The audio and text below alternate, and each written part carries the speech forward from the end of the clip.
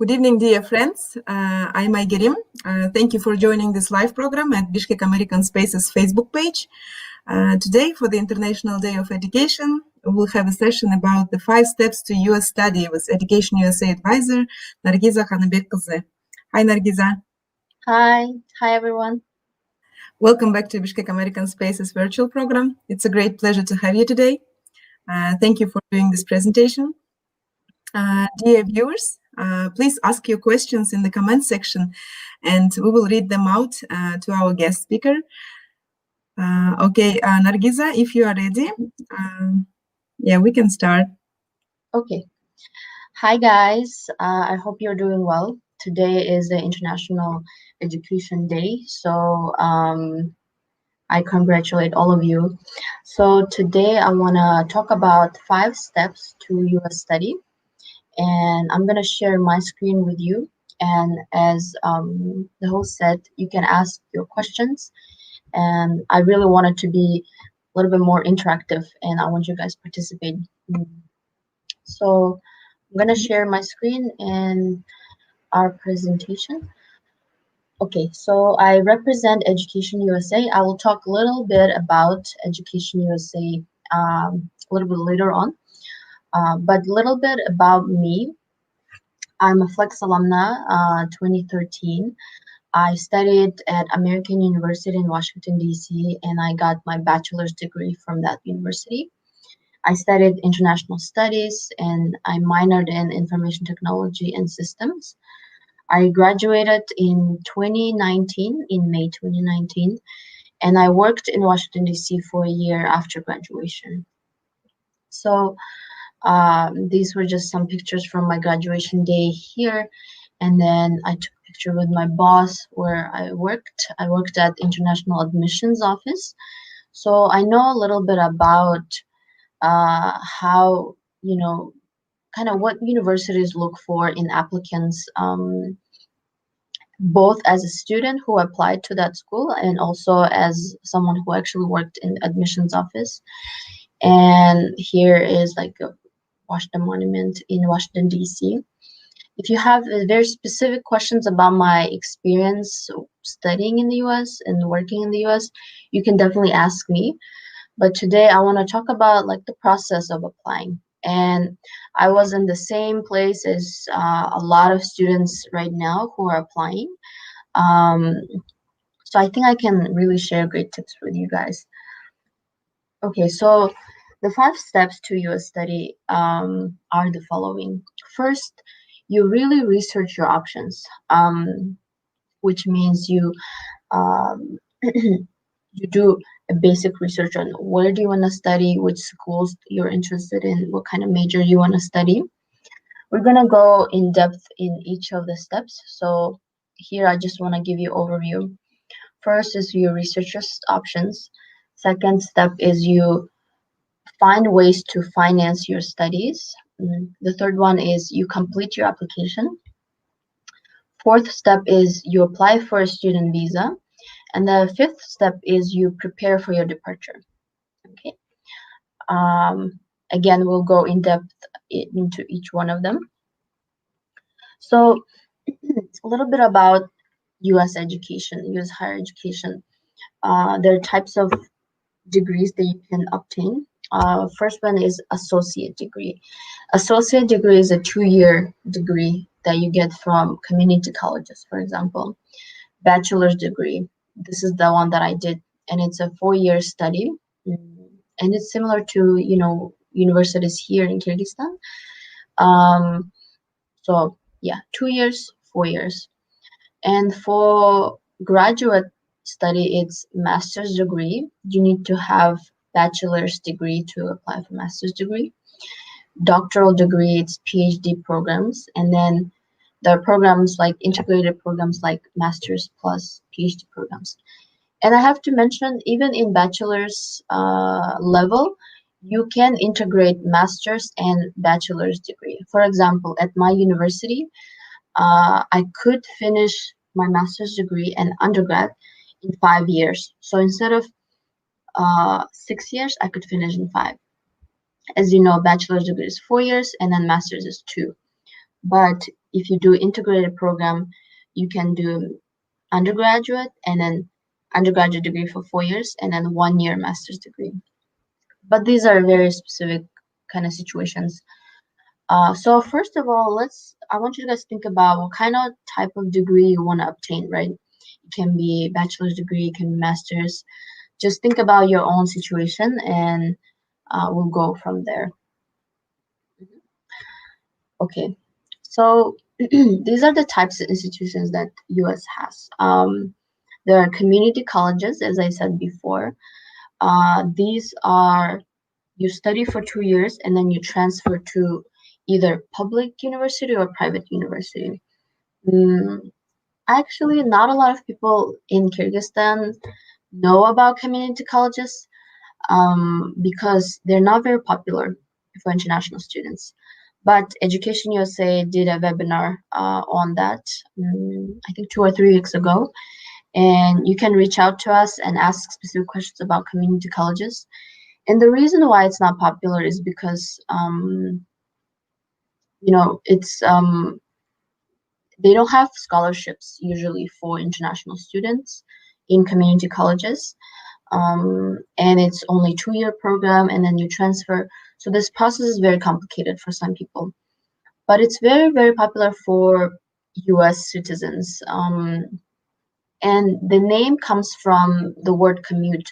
So these are the colleges where you don't live in the dorm, you live with your family and then you commute, which means you go to university and come back. Again, great options for international students, but they don't offer scholarships or anything, but they are a little bit more affordable for people. And then public institutions, these are state schools like Arizona State University, Nebraska State University. If it has a state in the name, that means it's public. And private institutions, these are owned by individuals and the company and organizations. The main difference between private and public is private institutions might have more financial aid for international students, but it's not the case all of the time. But for me, when I applied to schools, I didn't really pay attention to that distinction. It really didn't matter to me if I went to public or private schools. What's good for American citizens is that public institutions kind of reduce tuition for residents of that state. Okay, that's just the main difference, I think. Student intake, so it's different from Kyrgyz, I think, system.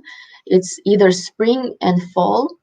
So spring, it's starting from January and the fall starting from August.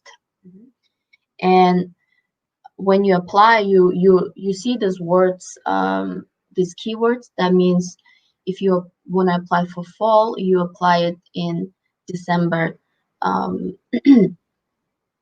in December basically, and fall starts August next year, right? And the rolling admissions, these are very flexible universities where you can apply anytime during the year and you can get admitted. Okay.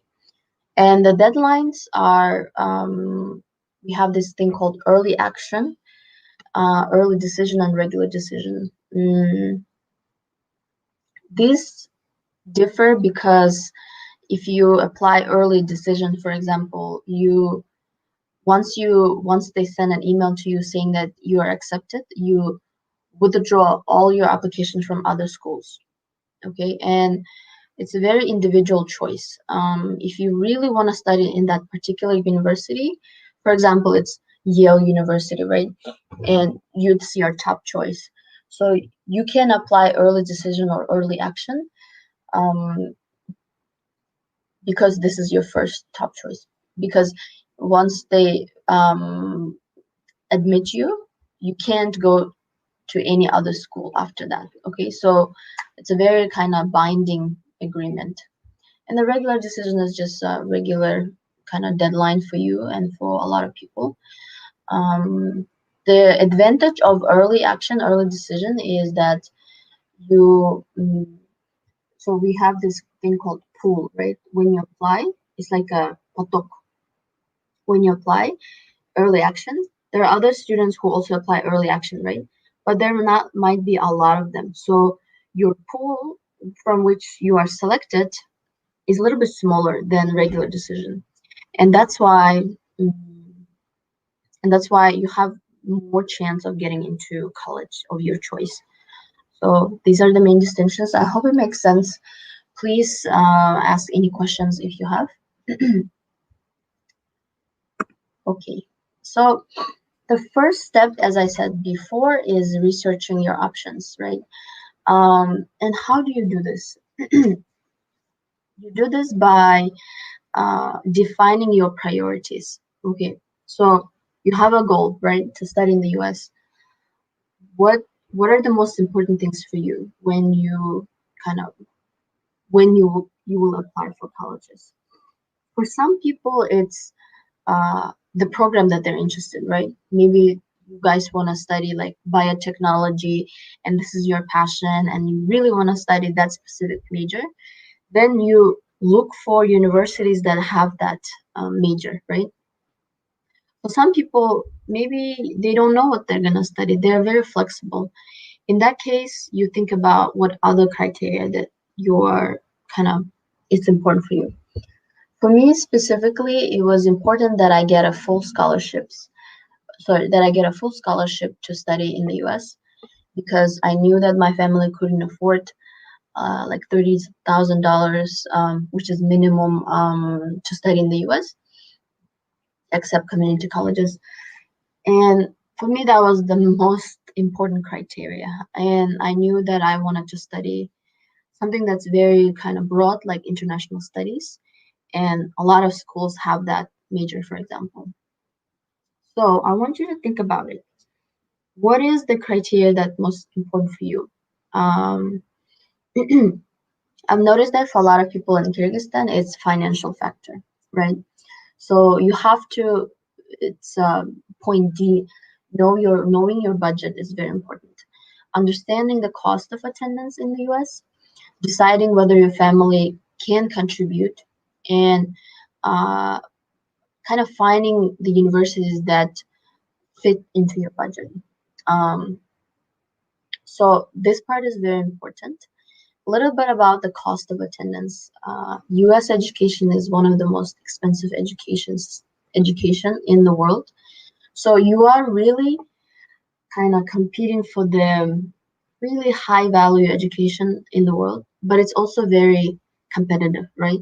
So getting into school in the US is difficult process, and I don't want you to guys think that it's gonna be easy, you know, and I can pay for it if I work there. No, you can't pay for your US education by working 20 hours a week, for example. It's just not gonna be possible. So, and you also need to provide documents that show that you have money to pay for US education, right? So it's a bank letter where you sign and the bank signs it. It's different documents where you legally are responsible for anything that's written there. So it's very serious, and I want you guys to think about it now rather than have problems later on, right? Other factors are are the program that, as I said, location, right? Which state that you're interested in. Do you like more urban or rural areas and stuff like this?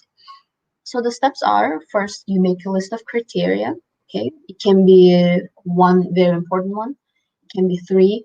For me, it was definitely one criteria. I wanted full scholarship, and that was really like it narrowed down my choices by a lot because there are not many full scholarships in the U.S.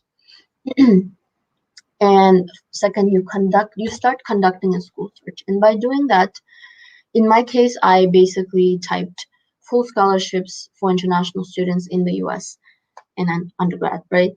And I had a list right away. But then I had to go one by one and really kind of verify that they actually provide full scholarships, because sometimes they say they do, but then they don't. It's really depends on university. Okay, so this part is very important, guys. You have to do the work. So you have to really dedicate maybe 1 hour, 2 hours a day to really search schools that kind of match your criteria, right? Or even read about admissions process in the US. I personally spend maybe 2 or 3 hours a day just by searching and then making a list. Okay. So once you kind of start searching, you start to shortlist about 20, 10 to 20 institutions. For me, it was a little bit less. I think it was 10, but not 20. Um, so you create a separate document just to be organized. You create a separate document, and then you copy and paste the universities that provide what you're looking for, right? For me, it was full scholarship. So, or at least full scholarship. So sometimes you have to be flexible and really kind of maybe widen your options. So I found universities that provide 80% scholarship, right? That was actually really good too. So keep that in mind. Be flexible when it comes to it, and kind of include institutions that don't 100% match your needs. Mm, So once you have that list, um, you kind of divided by dream school, match, and safety schools. So dream schools is you know for sure that you want to go there, right? For me, that was the university that I picked, American University in Washington, D.C. And I loved it because it provided full scholarship, but it also was in the urban place. So Washington, D.C., capital of the U.S. And I was there when I was flex student, and I absolutely loved it. I know not a lot of people can go to US and look at campus, but you don't have to. It's okay. I didn't know about this university before, but it was my dream school for sure. But you can't put all your cards on this one school, right?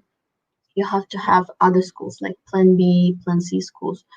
So match schools, these are schools that you really can get in with not a lot of kind of issues. It's kind of it matches you more in terms of there's not a lot of competition, let's say, right? And for me, I had schools like that. It was Oregon State University. Just to clarify, I applied to 3 schools in total. It's not many guys. A lot of people apply to 12 or 15 schools, or even 20 schools. And it really depends on the person, okay? But I knew that I had dream school and then match, which was Oregon State University, and they kind of provided 80% scholarship. And then safety school, which was Berea College, actually. Berea College rejected me, although the acceptance rates at that college was much higher than American University where I went. So it really depends, guys. You can get into safety schools or you can get to dream school. Mm, It depends, right? But it's important that you have all 3 categories because it will be kind of for you as a safety net. Okay, so you categorize these schools into dream, match, safety. Then you find out the requirements. So it really varies from school to school. Some universities require SAT, some don't.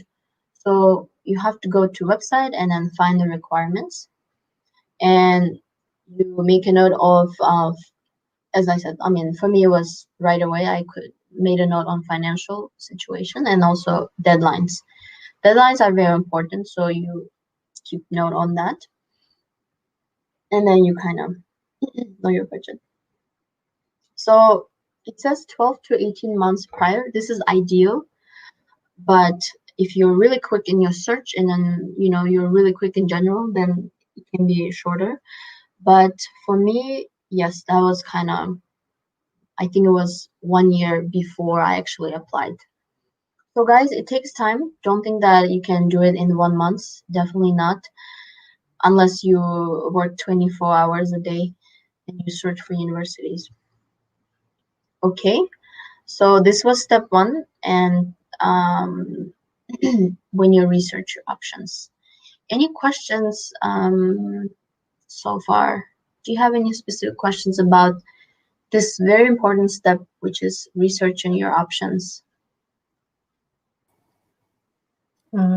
Nargiza, Mm-hmm, I'm checking the comment section. So we mm-hmm, have a question here according to the English language tests. Do I need to take a TOEFL or IELTS? mm-hmm. Is the question. Perfect. I'm Mhm. gonna go over that in step three, which is actually doing all the hard stuff in completing your application. So thank you. Other questions related to researching your options? No, not yet. We do not have. Let me check. Okay, I beg Okay, no Abby worries. has this smile. Okay, So, okay. awesome. Um, yes. So if you ever think of a question, please let me know. This is a very important step. And one thing I'm gonna add is that your research never stops. So if you make a list of all the universities and then you kind of start doing all the gathering all the documents, you actually never stop looking for other schools as well. Because if for example, I found my school, I think after 1 or 2 months of actually researching. So you never know, okay? You never know. And this step should always be on your mind when you are applying for colleges. Mm, so I think this is important tip. Okay. So okay. So this is step two, which is financing your studies, right? As I said before, it's very important that you find ways to finance your studies. And there are two ways of doing it. It's merit-based scholarships and need-based scholarships. Um, Merit-based is basically you apply for these scholarships, right? And these are can be university or companies can sponsor you. And then need-based is specifically CCS profile. And CCS profile is an application by College Board, which basically has 200 questions on your income and on your financial situation of your family.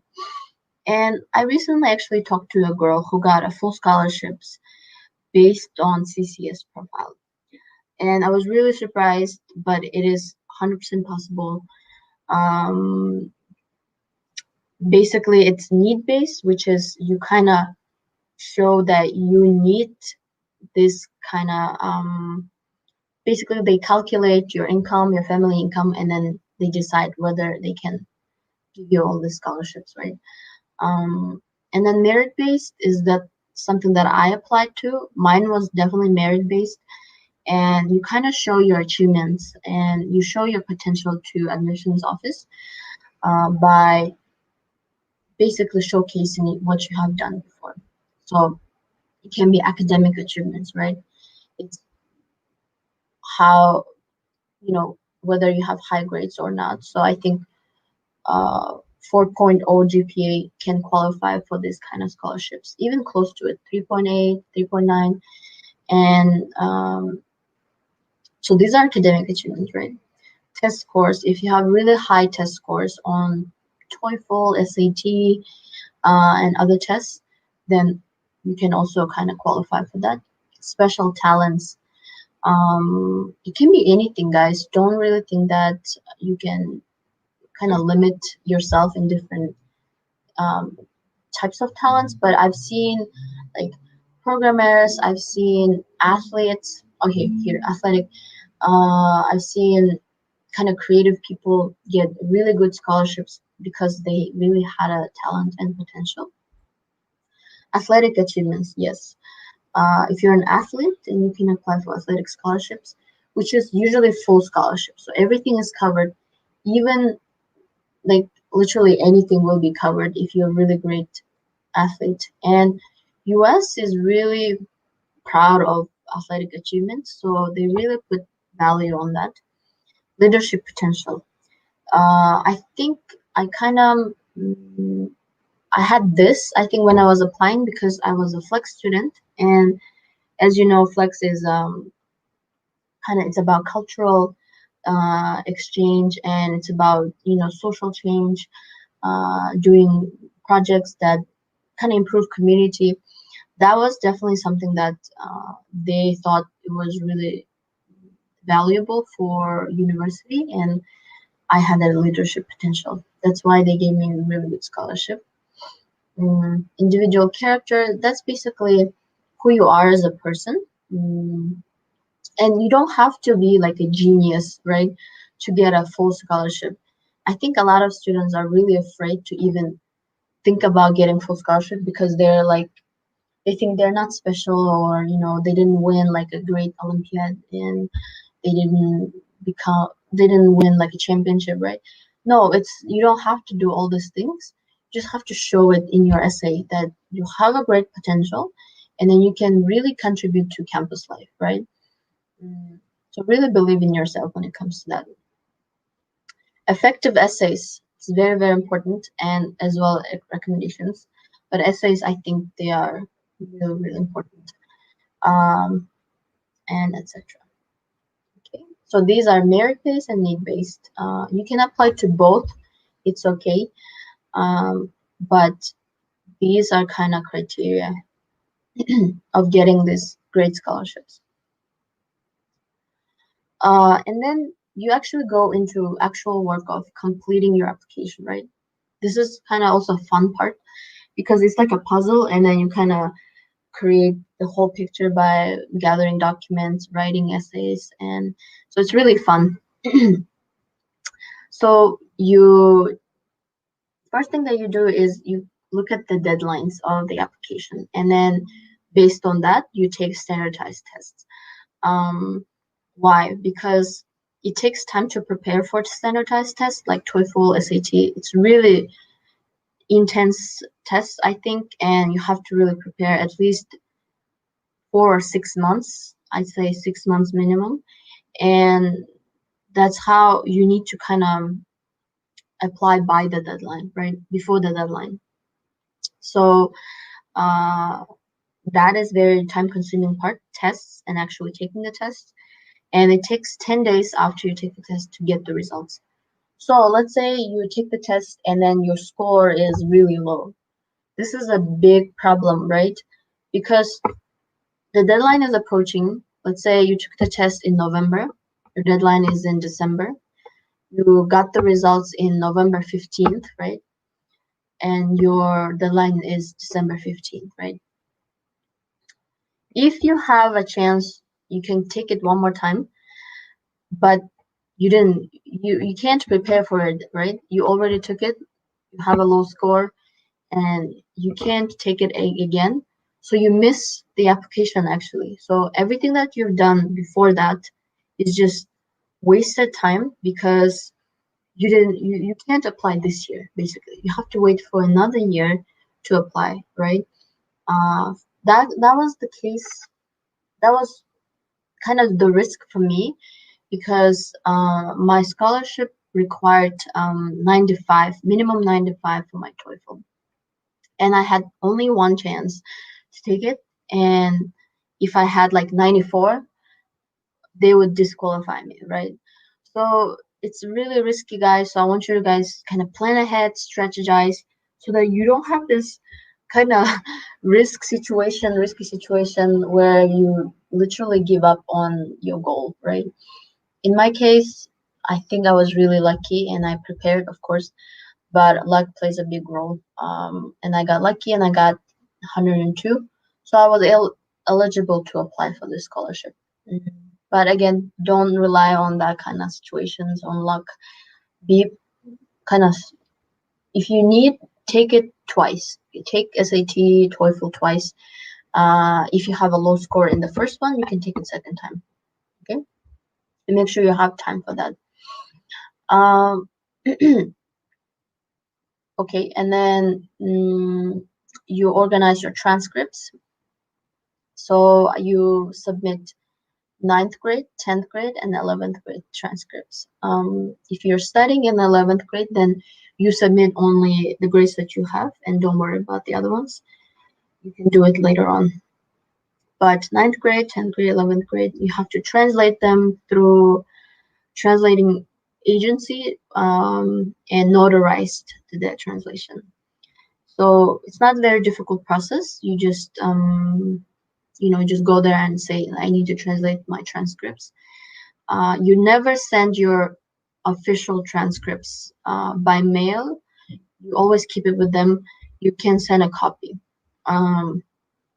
because we only have one official transcript.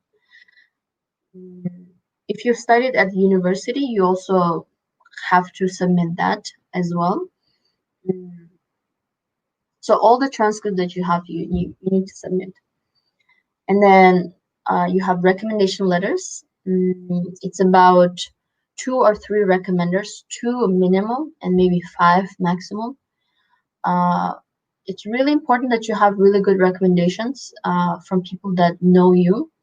For example, for me, it was my teacher, my English teacher, EducationUSA advisor, because I worked with her a lot. And then Peace Corps volunteer who knew me about I think 3 or 4 years, and he could really write a great recommendation for me. You can't write them yourselves. It's illegal, and you shouldn't do that. Just find people who know you, who can, kind of explain who you are, describe a situation where you kind of showed a great character and potential. So I think if you've done a lot in your life, like maybe in school or you went abroad, maybe you definitely will have people who kind of worked with you, right, and who know you. And again, application essays. Essays are the most important parts of your application, and you should work on them as you are working for the test, for example. Essays are difficult because you have to revise them a lot, okay? Not just once or twice, maybe like 10 times, right? You need to revise your essays all the time to make it really amazing for admissions officer. And why do you need to revise? Well, you need to revise because when you write a first draft, it looks great to you, right? You worked on it like for a week and it looks just amazing. And you think, I deserve the best scholarships in the world. But then you read it again and you understand that it was very generic, maybe, right? It was very generic and it didn't really show you who you are. You just wrote that I really want to go to US. I'm very passionate about this and that. I've done this and this, right? But that's not enough. You really have to kind of describe a story of your life, that the story in your life that kind of was really influential for you, right? That really built your character, that was really important for you. And this takes time to understand. Like, we don't know ourselves a lot, actually.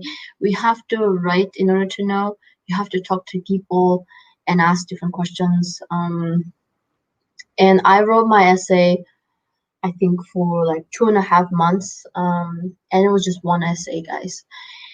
And can you imagine if you have 5 essays then you need to write, and all of them have to be unique? It's really, really difficult task, but it's also very, very fun task as well, because while you're writing, you will have more understanding of what you want, what kind of major you want, what you want to do in life in general. So whether you get into school or not, it's really great exercise for you anyway, right? So once you think it that way, I think you will have kind of more fun and actually more productive time writing essays. And you also need to show them to other people, at least 2 people. I showed them to EducationUSA advisor, which you can do. I can give you my feedback on your essays, and your teachers, Maybe you have like, foreign friends somewhere, Peace Corps volunteers. For me, it was a Peace Corps volunteer, and etc. Okay, so this is actually putting everything together and kind of applying. Here, I am missing actually the application itself, anketa, na? And we do it either Common App, which is a website where you can kind of fill out all the information and apply to different schools.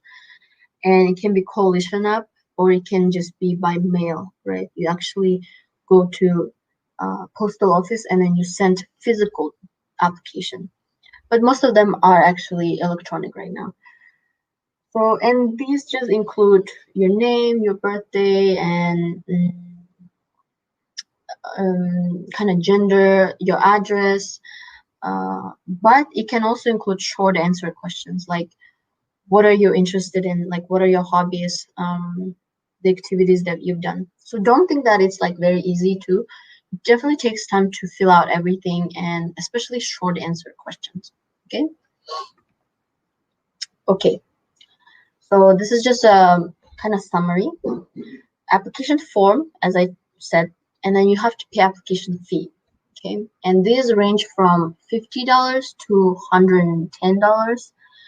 You can apply for application fee waiver, which you can do, and it's going to be for free of charge. But it's also difficult to get application fee waiver. You have to show that you really need that. You can't pay $50, for example. Academic transcripts, as I said, admissions test scores, letters of recommendation, application essays. These are also connected to financial documents, and you just have to like put the amount and then sign it basically. Resumes usually for graduate students, not undergraduate, but sometimes they can ask. Again, sometimes you can you apply for scholarships that require a separate application. Okay, for me that was the case, but not completely. I just had to write one more essay in addition to my application, and that's it, right? So that was kind of a little bit separate. And then interview. Well, a little bit about this part. Sometimes you just apply to school and then they kind of send you the financial aid package, right? And then they say, oh, we can offer this and this money. And you don't have to do anything for that. But in my experience, when you do this, you don't get a lot of actually financial aid. You have to really apply for scholarships. And then interview, especially for big scholarships, you will have interview for sure.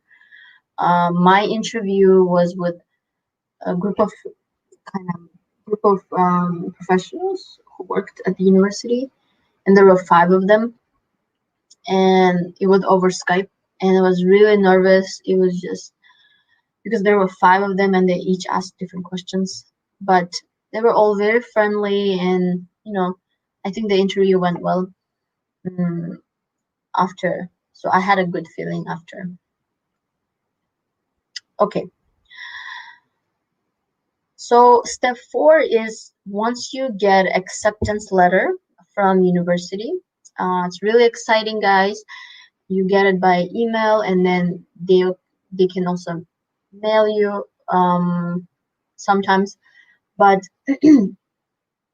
so you get an acceptance letter, and then after that you get financial aid package letter, right? This is a letter that really shows how much the university can cover and how much you need to pay. So really pay attention to that. Don't overlook it. Don't just believe that if they say, oh, we give you full scholarships, right? No, you have to really know the amount and how much you need to pay, right? Usually they say the decisions in March or May. April, May, March.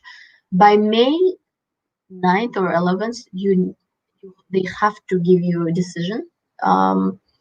So I got my decision in March, literally 1 week after the interview. Sorry, 3 days after the interview, I got the decision that I'm accepted and I get the scholarship, and it was really exciting, guys. So around this time, you get the confirmation, right? And they also need to tell you that you are not accepted too. So either way, they need to notify you. And it's okay if you're not accepted. You can try to apply the same year actually, because it will be May by that time. And then summer, you can prepare again, gather all the documents, revise your essays, and then apply again, maybe to other schools, right? So actually, it's not that bad. But you also, if you are accepted, you receive this document called I-20, and it's like a 2-page document, and they have to mail it to you physically. So it's very important that you have it. You will have your name there. You have how much money you need to pay and how much money university pays, and then with that you apply for a visa, right? You go to embassy website, you fill out the application, and you apply for F1 or J1 visa. F1 is for students, J1 is for exchange students. Okay, and I recommend that you apply right away once you get it, because it takes time to process and then have a schedule, right? So this step is actually very, very important, because it doesn't matter if you get an acceptance letter from, let's say, Yale University. If you can't get a visa, then you can't go, right? So you have to be really, you have to pay attention to everything that's happening in that time. Have all the documents that you need to have. For example, bank letters are very important. You go to a visa or embassy, and you have to show that you can pay this amount. And if you can't show, they're not gonna give you visa, because a lot of people can apply for visa and then go and then work there, right? Work in the U.S. illegally, and that's just not acceptable. So you get the I-20, you try to get bank letter, you get your admissions letter, your passport, and then you go to embassy, and then you answer all the questions that they ask, uh, and honestly, you answer them honestly, and then you get or not get the visa, right? But this step is very important. And then you prepare for your departure. Once you get your visa, which happens like you leave your passport there, and then maybe in 3 or 5 days they ask you to pick it up, right? It's very exciting when you get visa, because it's really nerve-wracking. And then you prepare for departure, which we can help with. Every year we prepare lots of students for departure to US. We kind of help them to be organized when they travel, to have all the documents with them, because it's very, very important, especially when you when you're in the airport in the US, the border control, right? Kind of office looks at everything that you have, and they can actually decide whether you enter to US or not, right? So you're not officially in the US once they kind of check everything. Arranging accommodation. So are you going to live on campus or not on campus? So all these things have to be taken care of before you actually go, because you are in a different country. You will be really like nervous if you don't have a housing. We have a pre-departure orientation, as I said, where we cover everything that you need to do. You check the baggage allowance, because you don't want to pay extra, and you depart to US. One thing that I've noticed is that you don't have to bring a lot of stuff with you when you're traveling. You will mostly buy stuff there once you actually get there. This is just personal tip. Okay, So this is our cell phone. It also has a WhatsApp. If you can always message us on different questions that you guys have. Mm, And I want to just talk a little bit about us, Education USA. Even though if you've never heard about it, it's basically a center, right? It's a center that provides accurate and current information about U.S. higher education, and we follow the 5 steps that I outlined for you. And it works in 170 countries. It's sponsored and supported by U.S. Embassy, so all our services are free. You don't pay anything for if you like have a consultation with us, or you if you use our books, then you don't pay anything for us. But definitely it's a great source if you want to study in the US. Okay, so we follow these 5 steps.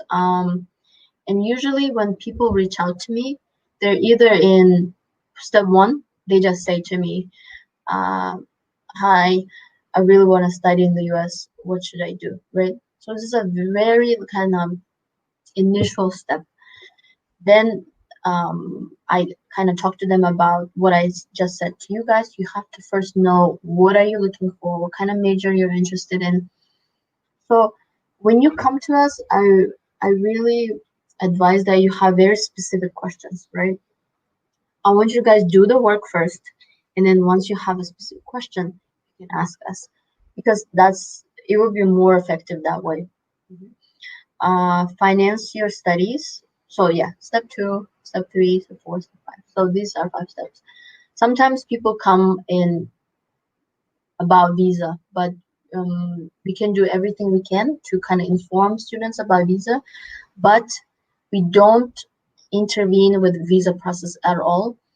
I think this is a misconception. If you have if embassy rejected your visa or having some issues, we can't help you with that at all, because visa issues are basically U.S. embassy's issues, university and students. So 3 people can talk about that. Mm, And completing your application, we can review your essays, kind of guide you on translating your transcripts, etc. So the services we provide is we have a library at Bayalinov Library on the 3rd floor. Um, I'm curious how many people were there. If you were there, please put plus in the comments. A lot of people have not been there, and American Corner that hosting this webinar is also in the same library on the 2nd floor. Guys, this is like amazing resource for just everyone, because for example, for me, when I was preparing for TOEFL, I didn't have $200 to kind of get the book, right? To pay for the book, because it's really thick book and people just don't have funds to get the new book for themselves. But the library that we provide is 100% up to date. You can come and use books, during this work hours. It's a very quiet place. You can be really concentrated there, and it doesn't just have books. It also has books on like TOEFL or IELTS. It also have books on GRE, GMAT, um, just general books on how to even search for colleges, how to get scholarships, right? Everything that you really need is there, I think. Online resources, we have online resources, especially different worksheets basically to kind of understand what you want, and maybe links to scholarship websites. So if you want them, you can reach out to us on WhatsApp, and then I can kind of give you the link. Group sessions and presentations. So presentations like this are part of what we do. Um, right now it's online. We work online right now. That's why we can't have offline group sessions. Individual consultations. So if you go to our Instagram page, Education USA KG, you have a link there. You can click, and then my calendar will show up, and you can pick a slot and you can consult with me. But a lot of people that make mistake by just signing up and then not having specific questions, and the session is very short, right? It's like 10 minutes because the student doesn't know what to ask, right? So again, do your research, really work, and then kind of have questions later on. Yeah, TOEFL, SAT preparation. These are the resources we have, like books and discs and stuff. Fairs. Every year, U.S. colleges would come to the library and kind of present the universities. I've never personally attended one of those, but it sounds really interesting because they travel from U.S. to here to kind of, learn more about you and talk about their universities. And we also have a college prep club, which is a club for 9th to 10th grade students. So if you are in 9th grade or 10th grade, you can apply this year. I think the application starts in May, and you can follow our Insta page, and you will know kind of the details. Right now it's closed, but you can apply in May. Just follow us on Instagram, and then you can see updates. And basically, it's a 1-year program that prepares about 40 students from Kyrgyzstan in total to apply for US. Okay, and we don't take 11th grade because it's already like too late for us to kind of prepare them. So it's only 9th grade and 10th grade. Okay, and admissions bootcamp, we are launching this online course very soon where you find kind of presentations and videos on each step that I outlined, and it's going to be available hopefully very soon. Again, this is the topic that we kind of can talk about. Okay. If you follow our Insta page or Facebook page, we post every week. We post scholarships that are kind of out that universities have, but again, it shouldn't be your only source of information. Okay, so these are participants of our admissions bootcamp. Before it was offline, but now it's becoming a little bit more online. So, unfortunately. So this is an example of a college fair we had. So these are universities that kind of came to Kyrgyzstan. Okay, I think that's it for me. I really want to hear your questions, guys. I'm sure you have a lot of them.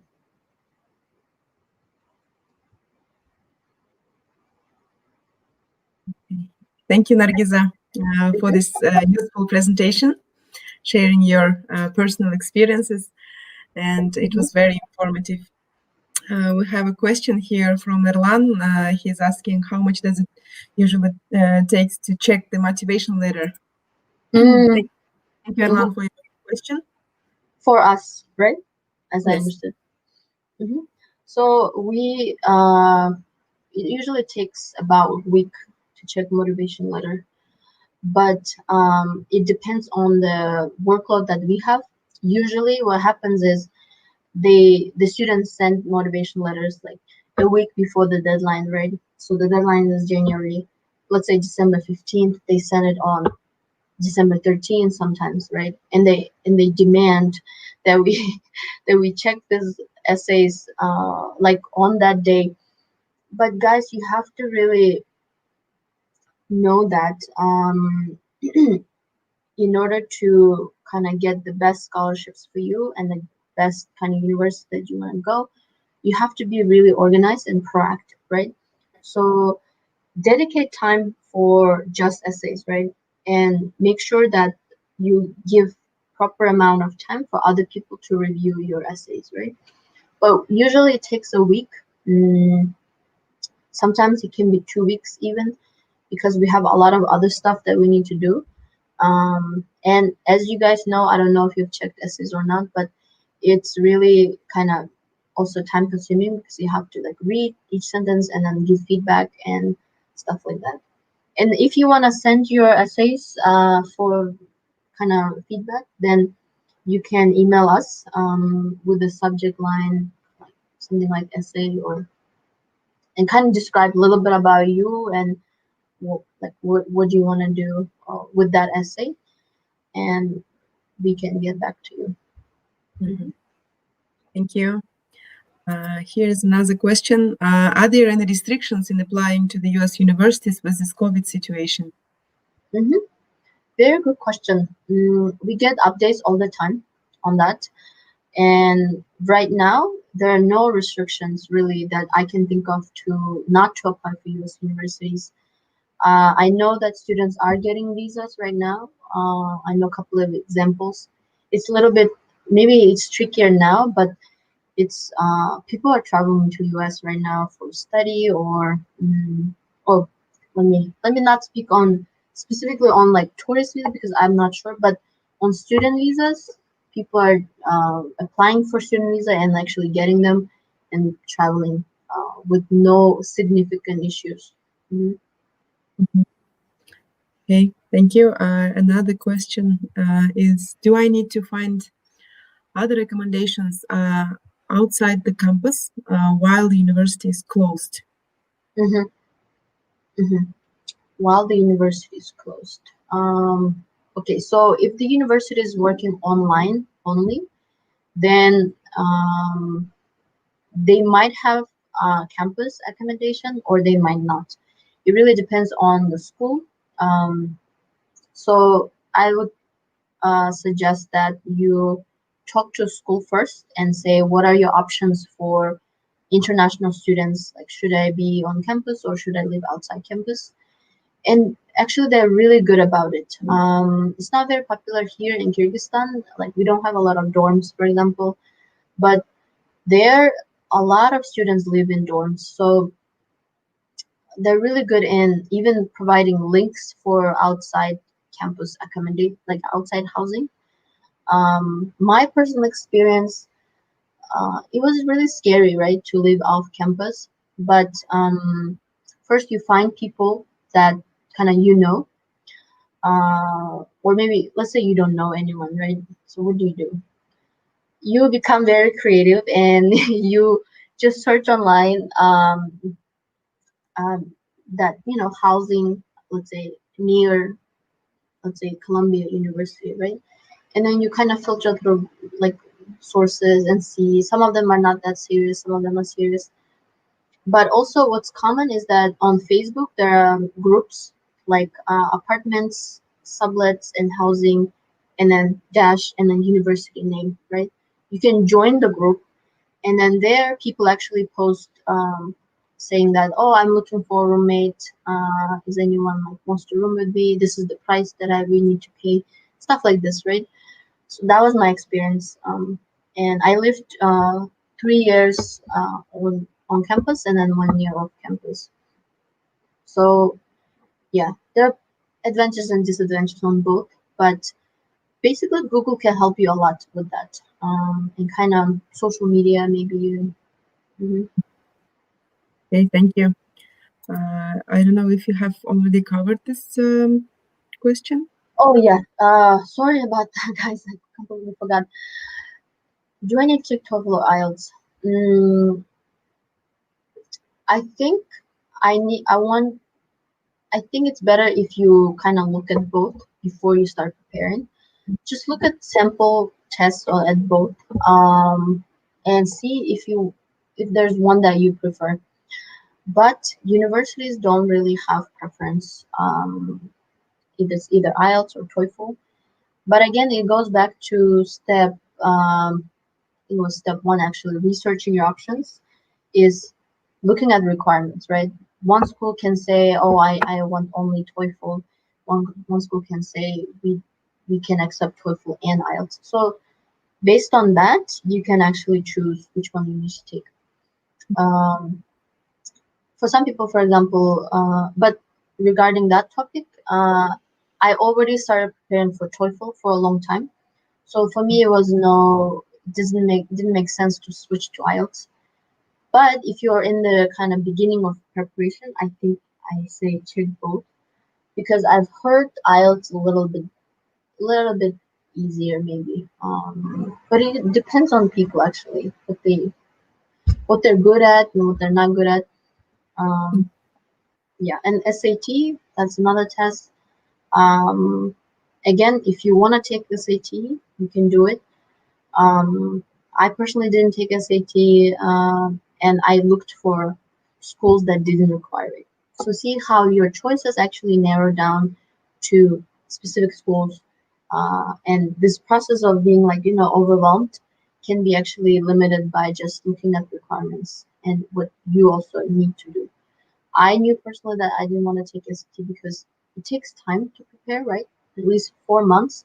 I didn't have that much time, and I didn't want to prepare. I already like put all the time on TOEFL, so it works out if you know your criteria and the university criteria. Okay, Mhm. thank you. And I think it's the last question here. Thanks for the information, Nargiza. What are the challenges that students may face? What was your biggest challenge? Uh, Let me talk about the challenges that actually when applying, right?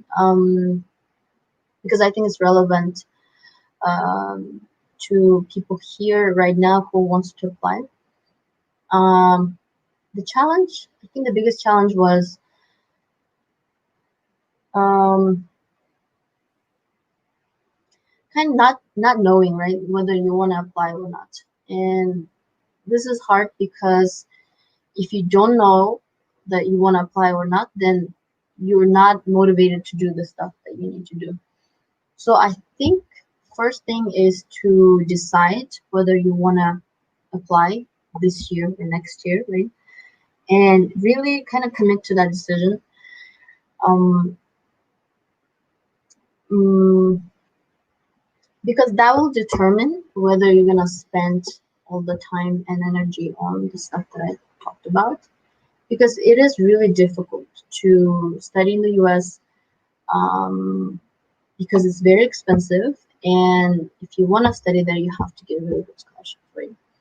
Uh, but even without scholarship, it also takes organization to apply, gather documents and stuff.